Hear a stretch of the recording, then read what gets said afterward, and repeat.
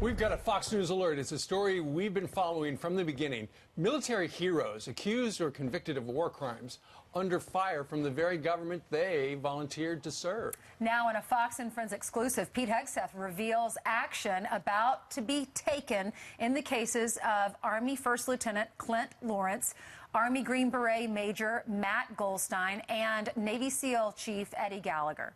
Pete Hegseth joins us now with an exclusive update on the couch.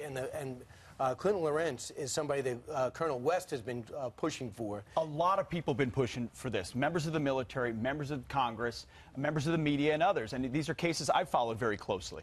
And I was able to confirm yesterday from the President of the United States himself, the Commander-in-Chief, that action is imminent on especially the two cases of Clint Lawrence and Matt Goldstein, and also restoring the rank of Eddie Gallagher. The Navy's trying to bust him down from E7 to E6. Did, right? They did bust him down, and they're maybe trying to take away his trident as well, which is an ongoing issue. This never stopped. Listen, we did criminal justice reform. Military justice reform is what's needed next. But this president recognizes the injustice of you train someone to go fight and kill the enemy. Then they go kill the enemy the way someone doesn't like. And then we put them in jail or we throw the book at them. And in Clint Lawrence's case, he's been in jail for 7 years. He's got 12 more at Leavenworth if nothing is done. So with Veterans Day coming up, action is imminent at the presidential level. I can confirm that. The president will be speaking to the Army Secretary about this because both Lawrence and Goldstein are soldiers in the Army.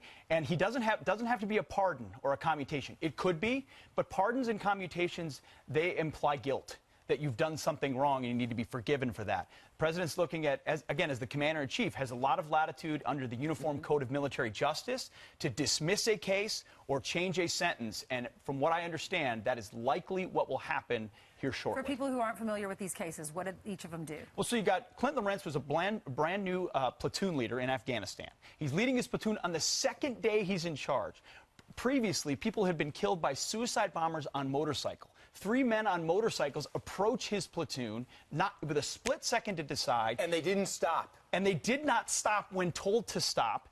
With a split second to decide, Clint Lawrence, brand new platoon leader, orders his platoon to fire on the men in the motorcycle. They're killed. He's charged with murder because there's no weapons found on those individuals.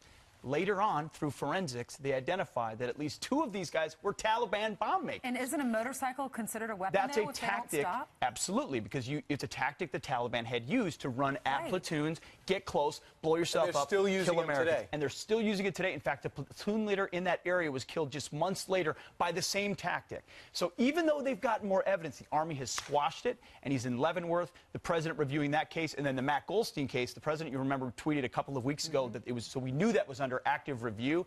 In this case, again, killing the enemy on the battlefield, someone who had American blood on their hands, and he had been cleared by the Army once already. But because he gave an interview and talked publicly about it, he was honest with the CIA about it. They reopened the case, and now they're throwing the book at him again. So a lot of this is Obama-era rules of engagement that were used that President Trump is now changing and saying, I'm not going to do this to warfighters. So if the president changes something, and, you know, you're pretty cryptic about what that might be, he's got a myriad of things, you know, he has at his disposal. If he changes it, who's going to be upset? A lot of traditional Army establishment types who are more wedded to the Uniform Code of Military Justice or the process or to the lawyers or to the way we've always done things